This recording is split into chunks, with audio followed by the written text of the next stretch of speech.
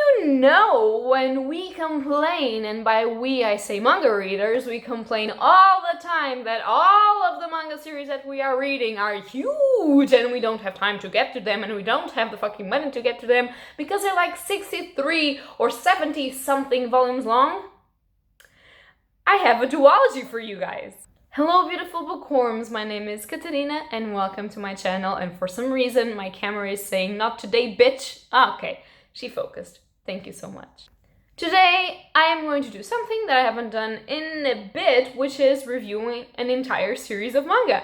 And that is because the series is a duology, so it's easier for me to review and it's easier for me to talk about. It's going to be a very quick review. We are not going to do an in-depth thing because I feel like this manga duology is fun, is short, and it can be read if you just like manga and you want a quick something to read. However, I don't think it's one of the most deep mangas in existence, and so I'm not going to delve into deep themes. It does have some themes that I enjoy, and so without further ado, I'm just going to get into it. So I'm talking about the duology Dear Noman, and yes, it is Noman and not Dear Norman, because I spent a lot of time being like, oh, Dear Norman, that sounds amazing. It is not. It is not. It's not a person. It's Dear Noman, specifically Noman, okay? Like, it's not a person. That's why it's Noman. Okay, cool yourself. Cool yourself. It's fine. And this duology is written by Neji, which I don't know if it's a first or last name or author's name. I don't care. And it has, as a duology normally has, 2 volumes. In the covers, you can see that there's this strange creature that looks like it has a crow beak mask and it's all dressed in black. And then there's this little girl that looks like a very, very little girl that's like in school, and she appears to write letters. And so what is this about, you say? So first of all, Dear Noman is the story of our main character Mashiro, and she has just recently, or sort of recently, lost her big sister. We don't know what happened to her until we do know, because this is a duology. Sorry, I'm gonna keep saying this. We don't know exactly what happened to her, but we know that she has lost her, and she writes letters to her, just talking about her day and her feelings. Specifically, Dear Noman is actually a visualization and interpretation of how to move forward in your grief. So in that regard, is actually pretty amazing, and it does treat the theme with the respect it deserves without just pushing forward to solve a specific plot point, and I did enjoy that. So when she's like in her school and everything, she discovers that she can see nomans, which are like the spirits of people or creatures that have passed and have still something that they are grabbing onto, so they can't pass forward to the land of the death and to just reincarnate or to just die for real peacefully. And one day she's attacked by one of them and she is saved by Bazu, and Bazu is actually a Noman spirit that was recruited to work for this agency that just dispatches Nomans.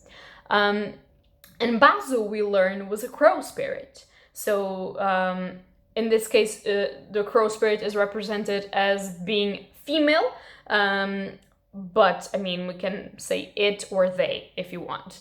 But in this case, Bazu was supposed to be a female crow spirit. And so Bazu and Mashiro just strike up sort of a friendship in which they are involuntary partners of each other to actually send these spirits to the beyond and to peacefully just die or to peacefully just reincarnate. So the main premise of this is what I've just summarized for you, but then in depth, as I've already stated, this is a story about grief and how to deal with it, and why sometimes, mainly in Japanese culture, but in some other cultures as well, spirits are left behind because they haven't finished business that they want to finish, of course. So it's the exploration of how, missing her sister, Mashiro has the ability to actually reach out to these ghosts, because she also hasn't finished business, because she has this ability to see ghosts and she has never seen her sister and she doesn't know what is going on. She's concerned, Also, there is a dark past to Bazu and why they died, which is trigger warnings for animal abuse. It's really sad and violent. It doesn't show specific gore, but you can get to the point fairly quickly of what is going on and what happened, and you don't want that. I was visibly shocked because this has all of the feels of a feel-good manga and just a manga for younger people, and so you're not expecting the clash of the topic that it's dealing with the pictures and the art style that looks like a younger manga. So since it's not a totally adult manga, and since Mashiro, our main character, is like primary school age, you're not expecting it to deal with some violent topics that it actually does. One of them being grief, the other being death specifically, very raw in some ways. And then we have all sorts of spirits that cross Mashiro's path and that we tend to see, their ways, their forms, and everything that happened to them sometimes, and how she just feels for them. And for Bazu, we tend to see that they don't really like humans, which has to do, of course, with the way that they died. However, they start to believe in humanity once they just see Mashiro and the way that she deals with the spirits and the way that she deals with her own grief and her own feelings of unhappiness or happiness, and the way that she is kind and the way that just she reaches out to them. It's a beautiful story. I really enjoyed it. I do think it's written for younger people. However, I do think that older people can get the same amount of and oh, okay, that is an in-depth of grief. All right. And I think that it's enjoyable. I think that everyone could read it. I think it's not a hard read at all. I think it's funny.